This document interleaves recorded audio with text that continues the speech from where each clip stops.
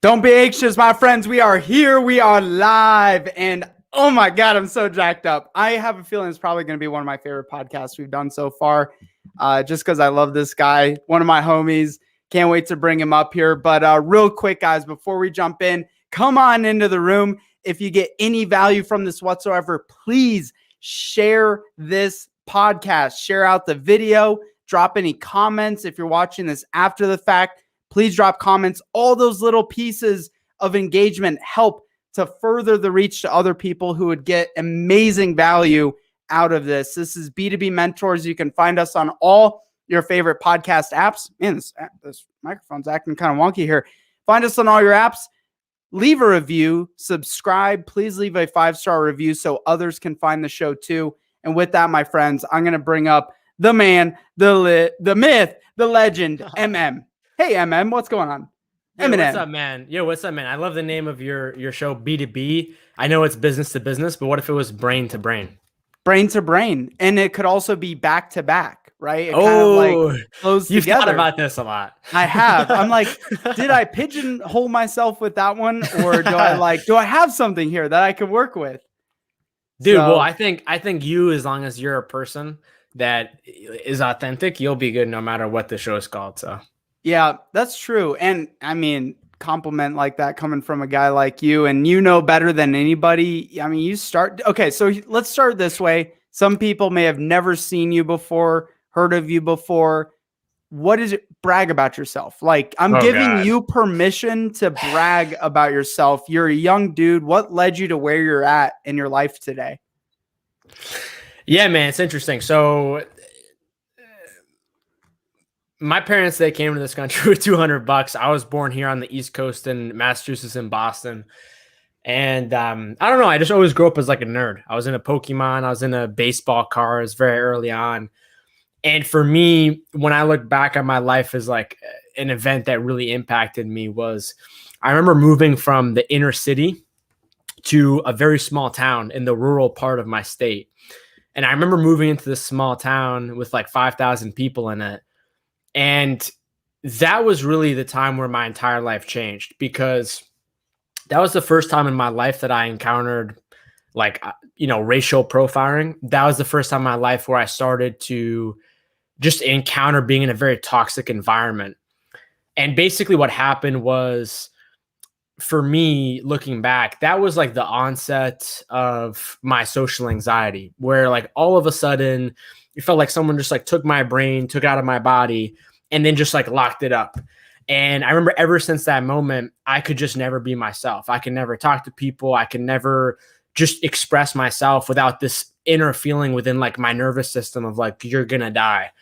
And so I remember just like growing up as like this kid, this teenager, not really having any friends, not playing any sports, always being that kid like in the back of the classroom, the back of the situation, never really like was himself. And I remember like when that happened, also like social media, the internet was happening at that time. And then in about like 2009, I just like started to experiment online. I started to learn how to make websites, make apps. And I made different YouTube channels. I was just like really experimenting. And I remember by the time I was like 15, 16 in like 2013, one of my online ventures had like popped off, and I started making 6 figures when I was like 16, growing up from like poverty, government, food stamps, all this stuff. And I remember when I was about 18 years old, just having like this huge discrepancy of like, wait, I'm like successful on paper, but yet how I feel about myself, literally nothing has changed. Like I still think the same way I think about myself. And so when I was about 18, I went to college, and that was the time where I actually figured out that social anxiety was like a real thing. Previously up to that moment, whenever my like nervous system just went into fight or flight and restricted me in my free will, I would just be like, wow, I guess I'm just like a like an antisocial loser who's just always going to be messed up. And like, I don't know, God created me this way or whatever. And your parents being immigrants, and, you know, I could kind of almost envision what was what was their kind of interaction with that, as maybe you shared that with them when you're younger, or their perspective on it. Yeah. I mean, so one part is, it's funny because a lot of people who face social anxiety, their family, their friends actually have no idea. Or they just sort of get put in this bucket of like, oh, you're a shy introvert. And like, in my opinion, I don't think there's anything wrong with being an introvert. Being shy is a totally natural human emotion. Everybody gets shy every once in a while when they do something new for the first time. But it's like some people, their nervous system is just set in this way where it's like, imagine you're 24/7 shy, no matter who you talk to, no matter what you're talking about, no matter where you are. And so, yeah, I mean, honestly, they didn't really know, where they just sort of, you know, asked me. I remember at the time, you know, there was a time where like they went to my school and like they went to like talk to like the administration and ask them what was happening, all this stuff, which really literally nothing happened. I literally had a teacher who like literally bullied me, literally was racist to me in front of the entire classroom. Literally nothing happened. And so like, it was just part of just like living your life. And like, if you're an immigrant, you just get taught certain things of like, oh, this is just how people will treat you, just because like you're an immigrant in America and all these different things. And so I have all these different stories that I could tell you, but honestly, they had no idea. And that's a very common experience with a lot of people who face this. But yeah, I mean, anyway, like when I was 18, I just felt like I was stuck. I didn't know who I was. I felt like the identity that I was running on was reaching a limit. And next thing I knew, I kind of hit this rock bottom where all of a sudden I became obese. I became seriously depressed for the first time in my life. My lifelong social anxiety turned into social isolation. You start throwing in all kinds of things, alcohol, drugs, all these different things. Next thing I knew, the best way to describe it, it felt like my brain broke. And next thing I knew, I was basically like, I'm in so much pain, I need to end this. And so there was a period where I started contemplating my own death, and I was suicidal for about like 3 to 4 weeks at the end of 2015. And so really like ever since then, and it's been a gradual process, it wasn't anything overnight, but really ever since then, I just sort of drew this line with myself. And I was just like, you know what, I'm just going to dedicate like every single second, every single minute of my life to trying to understand like life, reality. How do I rewire my brain? How do I really become the person who I want to be? And so a lot of personal work. And then throughout that process, I started different, you know, businesses. I started a podcast. Eventually I was invited to like become a speaker in 2019 before COVID. I got to speak in like every major city in America. People started walking up to me. They're like, yo, dude, how did you have debilitating social anxiety, but yet you're up on a stage and you're able to speak confidently about your life story in front of like hundreds of people? And so I just like every single city I went to, I just saw the same person, almost like a younger version of myself. Even if they were older, they would come up and ask that same question. And so I got that idea for the book. It also became like the concept of my TEDx talk, which I did. And then, you know, now I just kind of do this full time where I do different things. Like I'm an advisor for like a different startup, for nonprofits, different businesses that I still kind of run, but I'm really focused on, you know, social anxiety, teaching people like, how do you be yourself without like this internal anxiety, like engine triggering that also leads to other issues in your life, like depression, substance abuse, suicide. And the last thing that I'll say is, you know, part of the reason why I'm on this mission, which I think you'll definitely resonate with, is when I was doing my research about this topic, Harvard did a meta-analysis study, and they actually found that out of all of the mental health conditions, social anxiety is the biggest one that has the biggest correlation with social isolation, substance abuse, and suicide. And so I look at that, and then I look at my own life of when I was 18, I'm like, social isolation, check. Substance abuse, check. Suicide, almost, you know, check. And so I almost just sort of saw like this script that I lived in my life. And then when I went out there to like read the different books, learn from different people, honestly, I've just never found someone who has like the same path and the same message and like the same tools that I have discovered from a holistic perspective that I've taught so many people on like, this is how you rewire your brain. If you have social anxiety, like these are the things to do. And so I've just been on this mission ever since, man. And I'm like so grateful to be alive. And I'm so grateful to be able to like do this for a living. It's like crazy. Well, it's like it's a precursor. When you went through that stage, did it almost feel like you're going crazy? Like you're like, I think I lost my mind.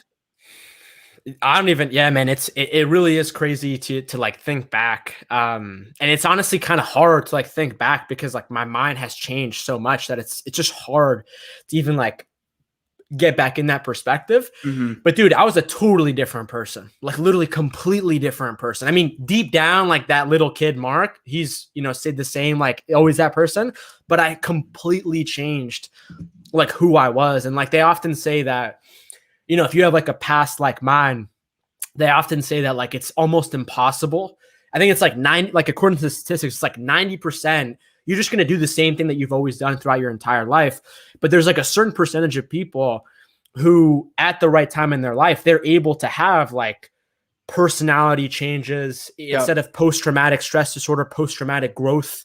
And so I just thank God every day that I, ended up not being a statistic and not falling down that path.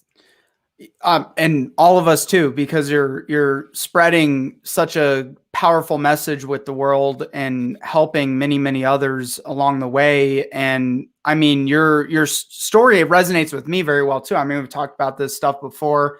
Not going to go into it right now, but what was that pivoting moment for you? Was it a piece of information? Was it a person? Was it just something just clicked and you just turned it around yourself? Because I remember kind of my journey through going through attempted suicide to, I was cutting myself. I was so depressed and I wasn't even like a shy person.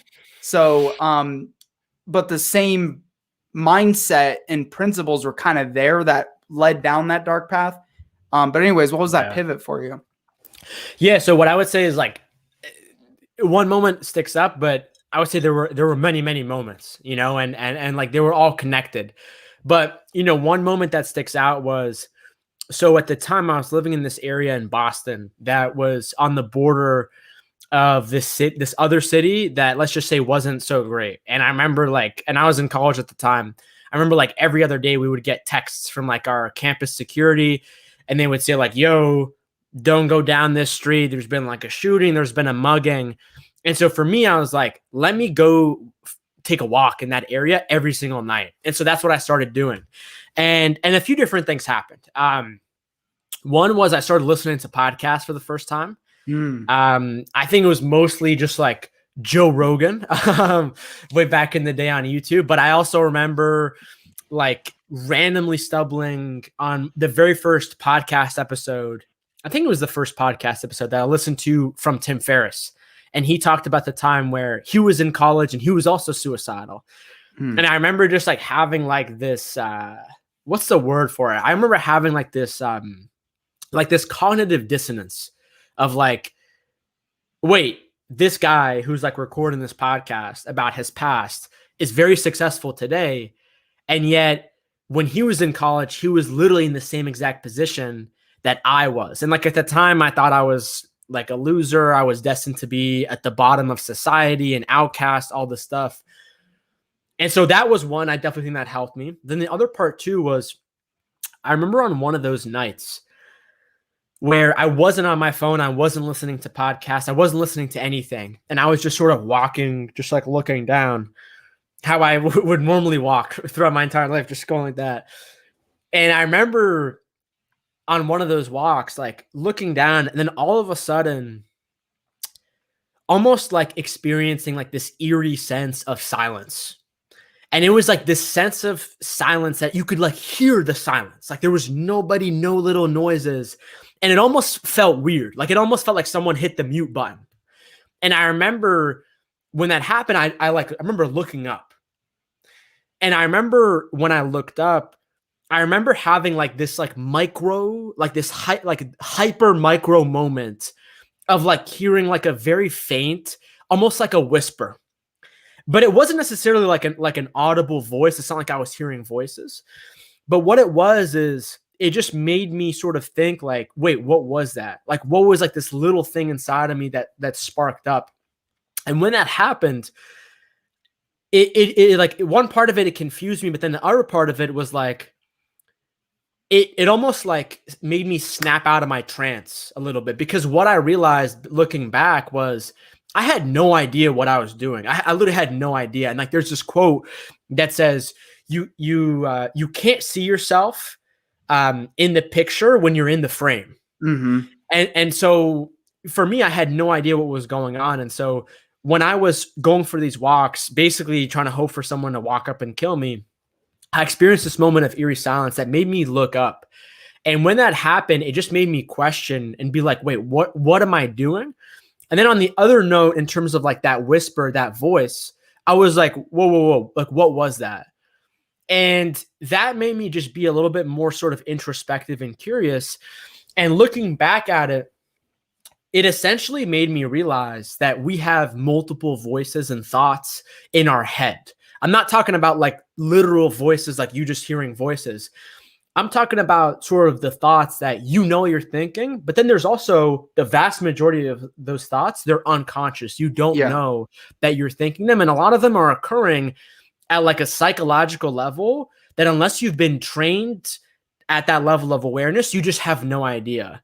And so looking back at it, what I realized was when I was like in third grade and people were, call me different, racially inflammatory remarks, and people were telling me I'm a loser, I'm stupid, all these different things. What I realized was that my brain had internalized those. And as I had grown up, it had been repeating those to me in my own voice. And so when that happened, that was a time where I was like, oh, wait, my brain is programmable. And when I made that connection, and originally at the time I was like in computer science, and so a lot of how like my thinking works is through technology and through computers, I was like, oh my God, I can reprogram this thing. Oh my God, this is actually the way why I'm experiencing so much pain. And so again, it's not like you just had this insight. You just happened upon this insight. So what I would say is like, it's not like I understood consciously everything I'm saying now. It came in like little bits and pieces. And to be honest with you, I don't really know. But what happened was I remember when I realized this, I remember almost just like feeling like this like huge sense of like warmth, almost like as if like my mom was like giving me a hug. And I remember when that happened, I just started to cry. And I remember I just ran home as fast as I could back to my dorm room. And I remember looking at myself in the mirror and making direct eye contact with myself in the mirror and just like being like, wait, like what's happening, and sort of realizing like the patterns that I was in. And I also remember like looking down at my pants, and I remember like, putting a finger in between my waist and being like, wait, why are my pants so tight? I don't remember buying skinny jeans. I don't remember buying tight pants. And then I looked up at myself in the mirror, and that was the first time where I realized like, oh my God, I just like gained all of this weight in a very short period of time when I was depressed. And I sort of just realized that like right then and there in the present moment. And that's what I realized, like when you hit rock bottom, not for everybody, not in every situation, but it lets you actually get into the present moment, which is how reality is without like all these crazy thoughts and emotions and your past and your anxiety with the future interfacing. And so when I hit that rock bottom, I gained a moment of like clarity and of presence. And I was able to use that moment of clarity to like literally just like do the next little step in the right direction, to take like this little one step in the right direction. And so that's how it started. It was like this moment of like rock bottom, almost killing myself, clarity. And then it was just like, hey, let me try to do this. Let me try to do that. Let me try to do this. Oh, let me read this book. Oh, let me watch this YouTube video. Oh, let me do that. Oh, let me, instead of spending a summer just playing video games and getting, just getting hammered, let me try to, read some books. Let me try to travel. Let me try to learn more about life. And so, I mean, there's many different things that I can say, but that's kind of how it happened. It was a moment, but then also at the same time, it wasn't like, all of a sudden, like, the clouds parted and then like God started talking to me. It wasn't anything like dramatic like that. It was just like a very small, steps of moments that I honestly feel like if I was on my phone, I wouldn't have caught it, and it would have just slipped by, and God knows where I would be. Like, today. So I think it was intentional to happen because the universe always, for those who are willing to seek it out, and probably subconsciously, you started listening to podcasts, even the minor things like that, the answers kind of start to appear slowly. That very next day, did you do something differently? Did you take action on something differently? Like, what was that like? Yeah, it's interesting. So I remember the first thing that I did was I remember I just started Googling and like, a big thing that I think about at the time too is like at that time I had no awareness that there was anything past physical reality. I just thought I opened my eyes and this is just life. I didn't understand there was like a mental, emotional, spiritual sort of dimension to reality. And so I remember at that time only being aware of the physical reality and still not really knowing like what happened to me. Did you grow up, your parents you didn't grow up religious? Oh, I did grow up religious. Yeah. So to that sense, yes, but maybe so it didn't align with you at that age. Yeah, so it's interesting. So this is a really interesting topic. We don't have to talk about it, but for me, like what I was taught was like just go to church every Sunday, just like read these things, sing these things, look at these people, these things that you don't really understand. And so I think for me, like I was born in like an overly, I don't mean this in a bad way, but I was born in like an overly spiritual environment that I feel like made me completely miss the point. And like what I learned in life is like, if you are constantly surrounded by something, you can't even see it. Right. So it's like I talk to, different people who have had like different like athletic backgrounds or like their parents were always like health conscious. And they don't really appreciate or understand like the power of like nutrition and exercise. Whereas for me, I really do because I never had those things growing up. And so yeah, I definitely grew up religious, spiritual, but I didn't really understand any of it, to be honest with you. And I don't even necessarily say that I like understood or even like conceptually or literally or even spiritually understood like God. And I think it wasn't until like I really hit rock bottom where I was kind of forced to like try to understand past my human brain. And so yeah, at the time my perception could only detect physical reality. And so I remember just like going on Google and just being like, how do I lose weight? What's the best diet to follow? And of course, like when that happened, I just got bombarded by like the $1 billion health and wellness industries, like trillions of articles. Oh, do this detox, do this diet, do this thing that, Kim Kardashian did and all these different things. And so it was very, very confusing. And I actually remember Mark shows up with fake boobs and fake butt. The ultimate remedy to anxiety and suicide. They're doing something. No, but it's funny because I remember doing that and actually being so confused that I was just like, you know what? I'm just gonna not learn about this anymore, right? But the good thing that happened to me was that Google Ads, they had me in their system, and so they knew what I was trying to look for. And so I remember being on like this random website and getting an advertisement for Bulletproof Coffee, which is the infamous, some people love it, some people hate it. Coffee, you put in butter and you mix it, created by Dave Asprey of Bulletproof.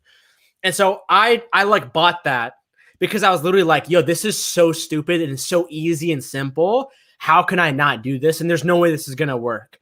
And so I remember like buying the supplies and doing it. And I remember while I was waiting for the supplies to come in, I remember looking up like Bulletproof. And I remember looking up like the guy who created Dave Asprey. And I remember just like learning about his work. And I think the book that he wrote was like Bulletproof. It was like a half book, half recipe book. And like really what happened was when I read that, I basically began to understand the accurate definition of like diet and like food and wellness. And like back then I only understood of like, hey, if you eat too much food, you're going to be fat. And when you're fat, nobody likes you and you're ugly. That's my only understanding.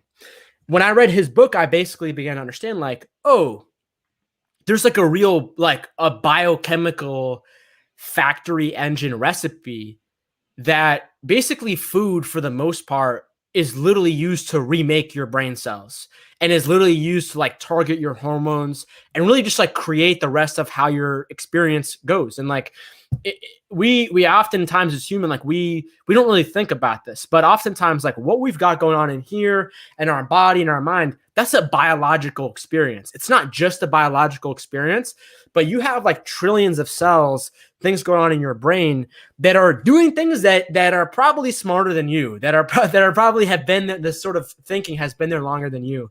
And so I remember only 500 million years or so. Yeah, literally. And so I remember just like learning about all this stuff. And then when the Bulletproof Coffee stuff came and I got the right kind of butter, I did that. And honestly, it felt like it was the first time where my brain turned on for the first time in my life. And then after that, I switched to like a keto diet. And that's really where I truly felt like my brain was back. And like really when that happened, that completely blew the lid off everything I thought was even possible in life. That was like when I discovered that self-development was real, where like if you decide to do something differently and then you do it, and then like you do the research, you stick it out, then you can literally experience a different reality when you open your eyes and think. And so I had never understood that before. And so when that happened to me in like 2016, that was like the real catalyst of like me doing like 100 other habits and meditating, all these different things that everyone talks about now. Creating a top global podcast, becoming a phenomenal speaker. I mean, it just pops up from there. What I'm curious on, is that your redefining? Is that your redefinition of social anxiety from the traditional approach, which is more of a psychologist approach versus gut wellness and health? And is that really kind of your perspective on it? So I think like a complex problem, there's many different, complex solutions and tools that you can use. But I think for me, like what I've understood is social anxiety, and like people can get socially anxious. Like we all get anxious, but there's a difference between having like anxiety, which is like anxiety. Professional guy, it's funny. Himself a professional podcaster.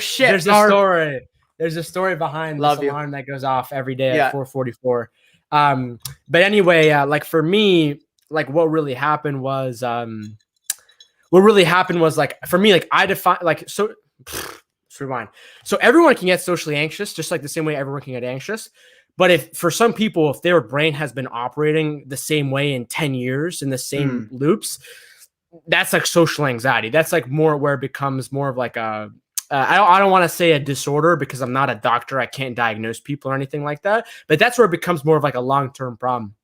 So for me, like I define social anxiety as, basically it's like your brain has this default perspective that if you don't try like super hard, or if you don't create a different identity for yourself and you just show up as who you are, then people are going to judge you and mock you and kick you out. And like, there's different layers to social anxiety. There's different things. But in terms of what you said about like holistic versus traditional, which I think you asked, this is what I would say, man. And again, I'm not a doctor. I'm not a therapist. I'm not a psychologist. I have a great deal of respect for people in that area. And I advise for anyone who's, encountering like any serious mental health issues to go seek professional help.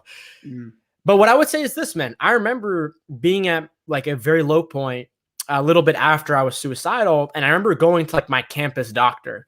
And I remember him basically having an appointment with me for like 10, 15 minutes, him not really listening to me, and then like prescribing me this certain drug. And I remember I went home and I Googled the drug. And I remember the side effect was it triples your risk of suicide. And so I was like, again, I'm not the smartest person about this stuff, but I don't think that's a good thing. And so when I saw that, I think that really propelled me to be like, oh, I need to go find my own answers. And then what I've understood now, to be quite frank, is like, again, I think that there's a wide variety of tools and solutions for different people. It's very contextual. It's very nuanced. It depends on the situation. But honestly, if you want to have the longest, like long-term sustainable results, you have to deal with like what your brain is already doing. Like before, in my opinion, like as long as it's not that bad, because there's definitely people where you definitely need different pharmaceutical interventions in certain cases for people But who are you dealing with the root of the problem versus bingo. the symptoms of the actual problem? Yeah, bingo. And like what I learned is like the system is really not taught to teach you about the root cause. And like that's where I really began to discover the power of food, the power of the gut microbiome, and like realizing that, like, for example, and again, I'm not like anti-medication or anything like that, but realizing that a major like antidepressant they give out, SSRIs, it plays on the serotonin receptor. Did you actually know that 90% of serotonin comes from your gut microbiome? And so it's like, when you look at it from that perspective, again, the gut is also very complicated. It's not exactly as simple as, oh, just eat this, don't eat that. But you have to look at the root, and you have to look at like this 500 million year old feedback loop that our brain, our bodies, trillions of bacteria, the environment have been involved in for thousands of years. And the matter of the fact is like the modern society that we live in today is what I would say bastardizing those ancient feedback loops. You know what I mean? And like the most classic example of this is like if you look at studies that show like in a grocery store, which aisle do kids cry and break down in the most? And it's the cereal aisle, because all of these companies know like, hey, if we want to attract kids, if we want to attract people, we need to have bright colors, because there is a theory out there that says part of the reasons why humans evolved to have color vision is so that we can detect fruit in trees. And so when you look at statistics like that, and you look at statistics on how regardless of your socioeconomic level, your ethnicity, your race, for example, eating junk food has a very tight link with experiencing moderate to severe psychological distress. Your system, and like literally my book, I probably lay out like 150 different studies that have all been laid out, that have been peer reviewed, like scientifically done, clinically, and like the stuff that you'll see in there is really astounding. Like it truly blew my mind, and it truly made me think like, how don't other people know this? Like showing different things on how like meditation, for example, is equally as effective as medication and therapy for people with social anxiety. Looking at different studies that show easier in one sense, taking action on it, definitely not easier. And that's probably where people struggle with is like, oh, I'm going to meditate and then I'm going to be happy again. Versus like what you mentioned, the holistic approach. And it's an interesting one. I like how you phrase that. We've bastardized the makeup of what's kept us alive for, millions of years, and are quick to kind of just jump on anything we're told that is shared by traditional medicine. Again, there's a time and place for it. But when people think social anxiety, probably would not start there with diet, with what they're eating. We didn't notice start there too with myself in the early days. Like, I was almost prescribed SSRIs just like you. And then I went and saw a traditional homeopathic doctor, started fixing the gut and doing a whole regimen: gut, bone broth, glutamine, complete paleo diet, keto diet. I did Bulletproof Coffee for years, every single day. Love it. Love it. So good. And oh my God, like talk about living a new reality. From like one dimension to like living in a totally different dimension of existence. Dude, it really is crazy. And it's crazy because like the more I learn about like psychology and mental health, the more I realize that like when you're a kid, you go through these certain experiences that your brain doesn't know how to process. And when you encounter that, it almost creates like a mental fracture within your brain. It's almost like your brain breaking, similar to like when you break your leg, right? Like you have an injury, you break your leg, you go to the doctor, your doctor's like, hey, we're going to give you crutches, we're going to put you in this cast. come back in a month, we're going to put you in this different kind of cast. And then you come back the next month, and then it's like your cast is almost done, and then that's it, right? And what I've learned is that mental health is really the same way. It may not be that simple, but it's like when we're kids, when we're young, when we're sort of developing our worldview, everybody has a certain thing. And some people may have it more serious, not as serious as others. For some people, it may not come until later in their life. But really what happens is you experience an issue you don't know how to process and experience in your brain breaks. And then what happens is usually, unless you're in like an amazing supportive environment and where you have the conscious awareness and people around you that know you need help, a lot of times what happens is you just like sort of grow up and you just try to figure it out on your own. And like you just have like all like these different coping mechanisms. And then what happens usually, unfortunately, is like you reach 18, you reach 19, you reach 20, 21, 22, 23, 24, 25, around that age. And then all of a sudden you start experiencing all these issues that you've never experienced before. It seems like you've descended into like this hell.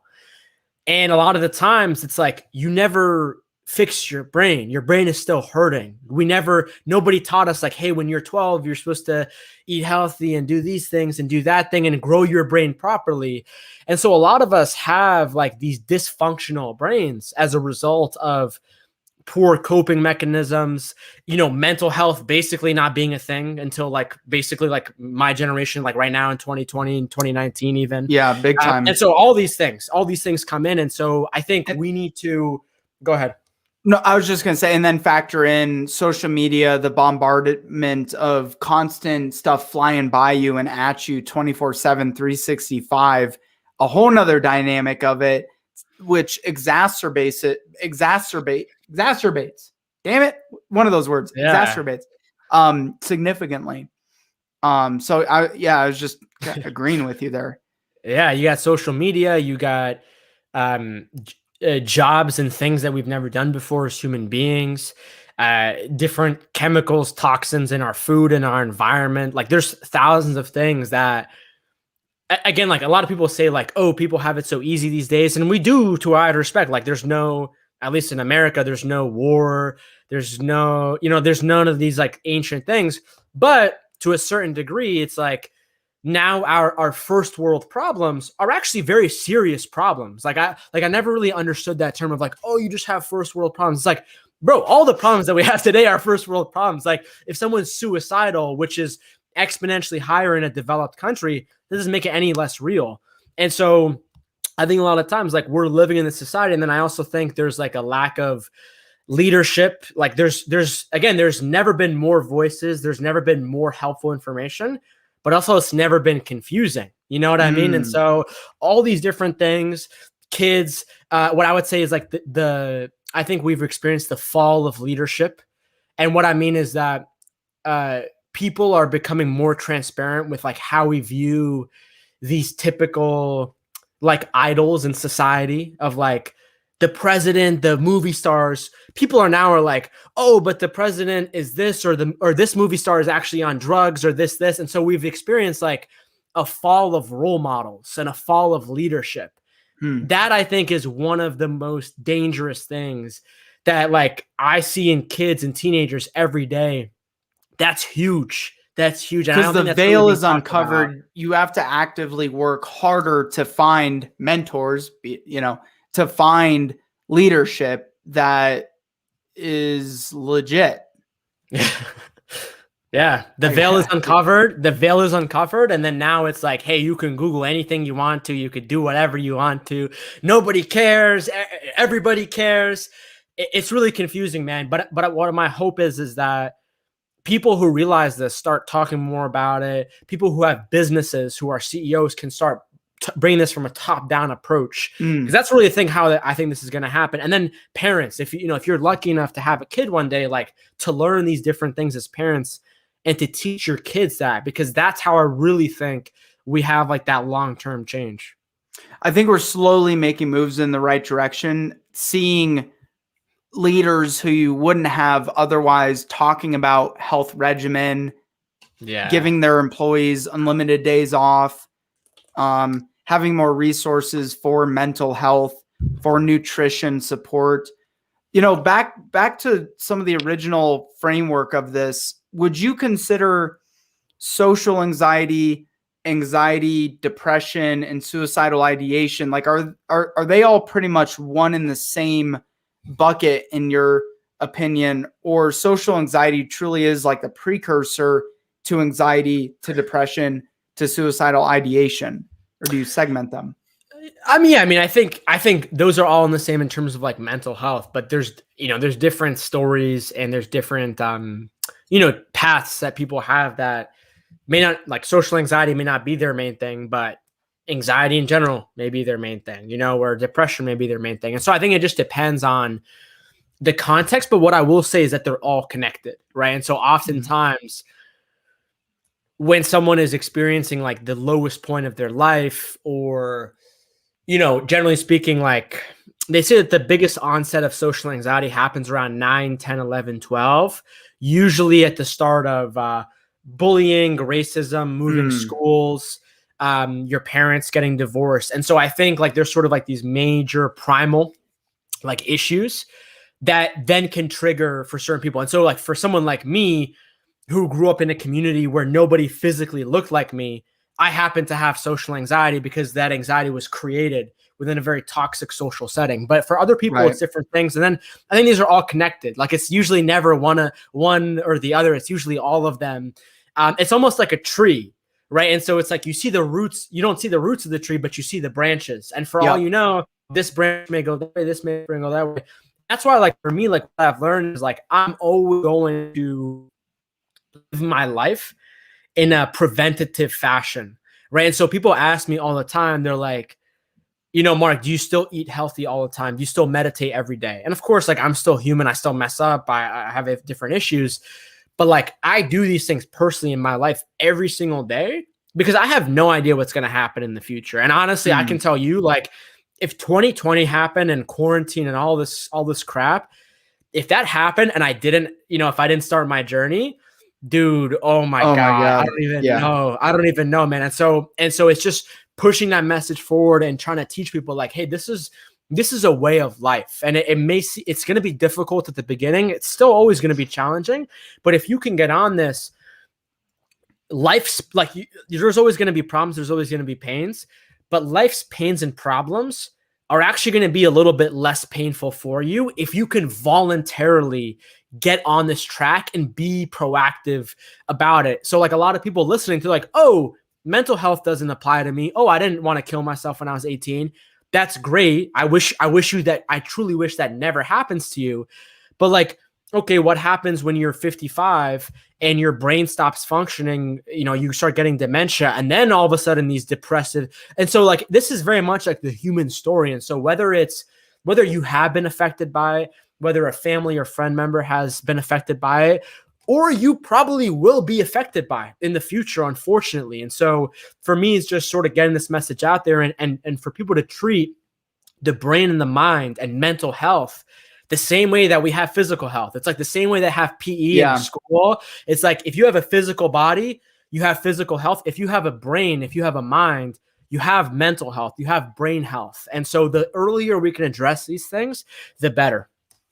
I think we're making moves in the right direction, and just the more conversations we can have like this on as many different platforms as we can do it, I think is going to eventually build towards a game changer. But I'm optimistic. I agree with you too. When you said that, it was like, that was something I was constantly thinking about is, holy shit, if I was in the mindset of where I was when I was in my early 20s, 18, 19, 20, 21, 22, and 2020 happened, and I wasn't in the practice that I am now, oh my God, I can't imagine where I'd be right now. And that terrifies me.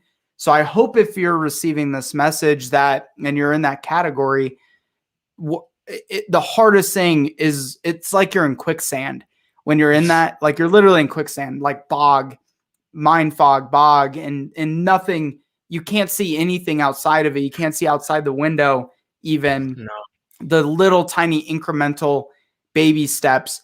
But I think something we go back to is really, really initially what you physically are putting into your body, eating, even if you're not exercising, minimally what you're putting into your body, I would say, from my experience too.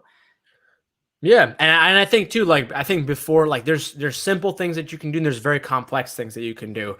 And I just think one of the most simplest things is like, look at what you are already doing. You know what I mean? Not everybody in the universe meditates, but every single person in the world eats. Every single person. Every single person in the world sleeps. Every single person in the world moves. Every single person in the world has to talk. Every single person in the world has to think. And so I think if you look at those 5 things, and then, you know, every person in the world has to feel. If you look at those things and you just look at these things are already happening, like these habits, I already have habits. Your brain has already created habits for you that have been pre-programmed. And so it's looking at it from the perspective of, as humans, we are actually, you know, meta dynamic supercomputers.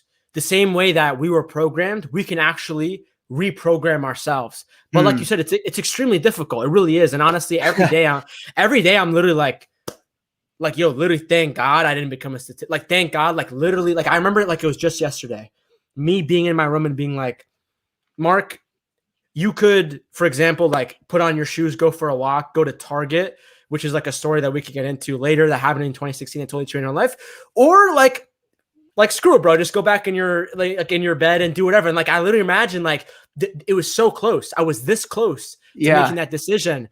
And it's like when I look back at those, it gives me like the feeling of like the awareness that I had is amazing and realizing that a lot of people were not as lucky as me. And so like me trying to put that forward and then like the same way that Tim Ferriss did that for me, I'm trying to do that for other people. And it's honestly so beautiful, man. Like my podcast, for example, has literally reached like millions of people, my LinkedIn stuff, all that stuff. Dude, literally I live this crazy life where people send me messages and emails every day of like the stuff that I would have written if I was 18. And there's so many stories, man. It's like, I'm so privileged. I'm so grateful to be alive and to have made these decisions in my life. And I know that other people can make them too. And it's possible. Now that you're turning around and helping others, what are some of the most surprising things you're finding in working with folks who are trying to overcome social anxiety, depression, suicidal ideation right now? Yeah, so it's interesting. So I think the biggest thing that I've learned is I think growing up, I was like very, very, very, very sensitive to other people's emotions. Some people call that an empath. And what I've learned is like now for someone who's helping people, I've learned that there's certain things that you need to do as like a healthcare provider. I mean, I'm not a healthcare provider, but from this perspective, that you really need to make sure that like you're on your game. Because if I go into a session and I intercept that person's emotions as my own, or I take on their responsibility as my own responsibility, which is actually very easy to do, at least for me, it's not the most beneficial scenario for them. And so for me, like I have really had to learn, and meditation has helped with this, but I've really had to learn like, how do I reset my brain at like a moment to moment level? Like, how do I make sure that I don't bring the baggage from this morning or from this to where I am right now? And then just like learning different, like I took this course by like a therapist and professional, and it was just like how to do these things more often. And so, yeah, the biggest thing that I would say is like, I've honestly had to almost become like this emotional like consultant. Like the same work I used to do with like marketing stuff, LinkedIn stuff, podcasting stuff. I now do that, but like in a way deeper realm of reality where honestly, it's a lot harder. It's a lot harder. There's a reason psychiatrists are the highest suicide rate of any industry. Really? I don't know if you know that. I had no idea. So you have to. I mean, what you're doing is tricky work for sure.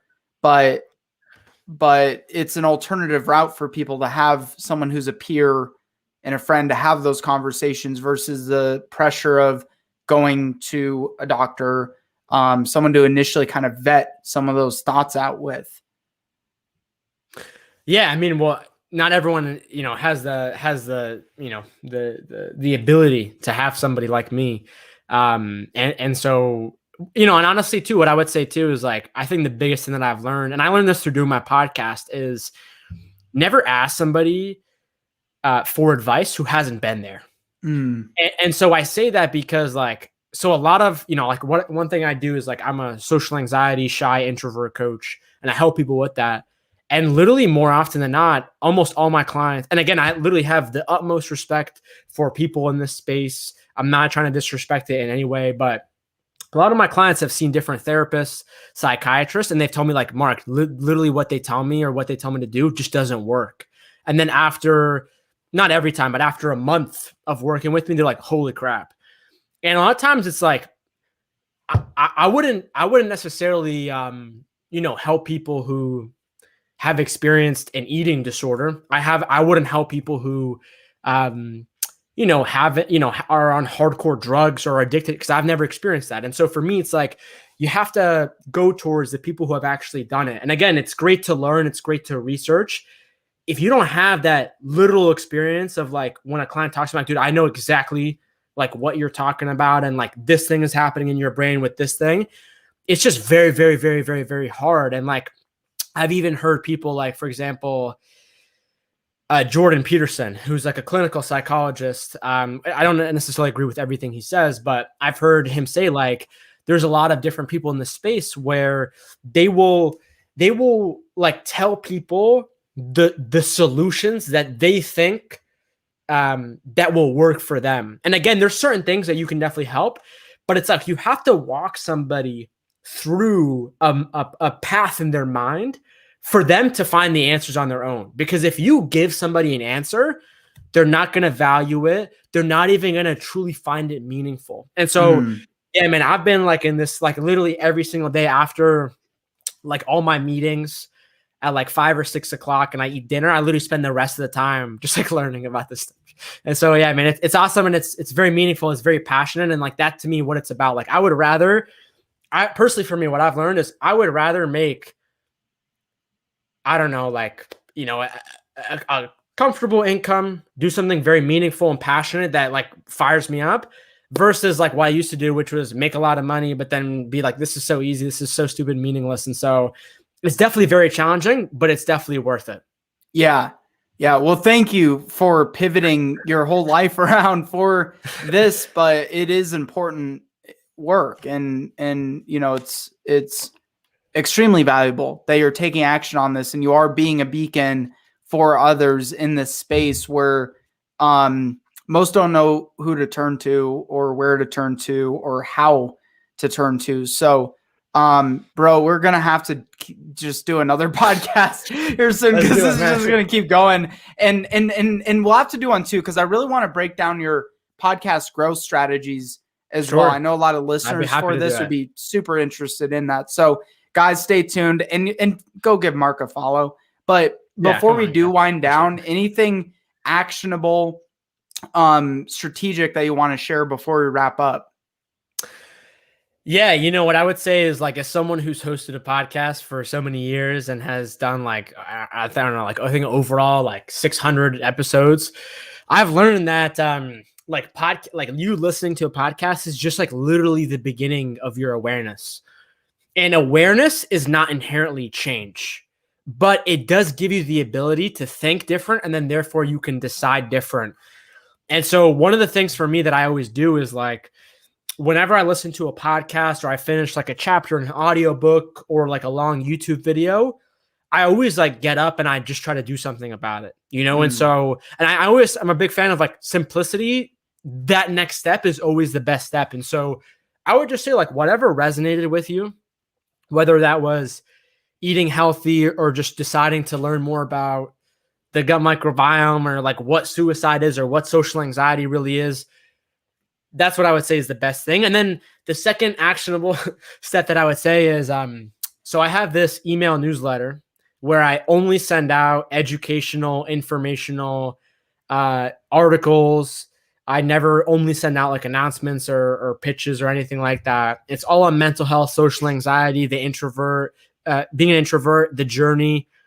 And so yeah, that's on my website. Yeah, you have it below. If you go there, just put your email in that box and you'll get emails from me. And then if you want to talk to me, you can just respond to one of those emails and it'll go directly to my inbox and I'll respond to you. In your book, they can get your book on your website here, right? Screw Being Shy. Get it. It's Shy. also, yeah, it's on Amazon. It's on Audible. It's at Walmart. It's at Target. Get it anywhere you get books. And you changed your podcast name. Give that a shout so people can go check that out. So it's called Social Anxiety Society. And really what it's about is, I mean, you don't even have to listen to it if you're not socially anxious. But really it's like, just like my take on like what I would say like realistic self-help from this perspective, and given like how crazy the world is and how there are very realistic factors and like we're not all motivated all the time. Love it, man. All right, go give this guy a follow. I'm super grateful for you, brother. Thank you for overcoming the hardship you did in your life to be such a beacon and a light for the world. Stick around for 1 second. We're gonna wrap this baby up. But guys, go check out the website again. Please do not forget, man, I am struggling with the words today. Don't forget to subscribe, leave a 5-star review so others can find the show too. My friends, we'll see you on the next one.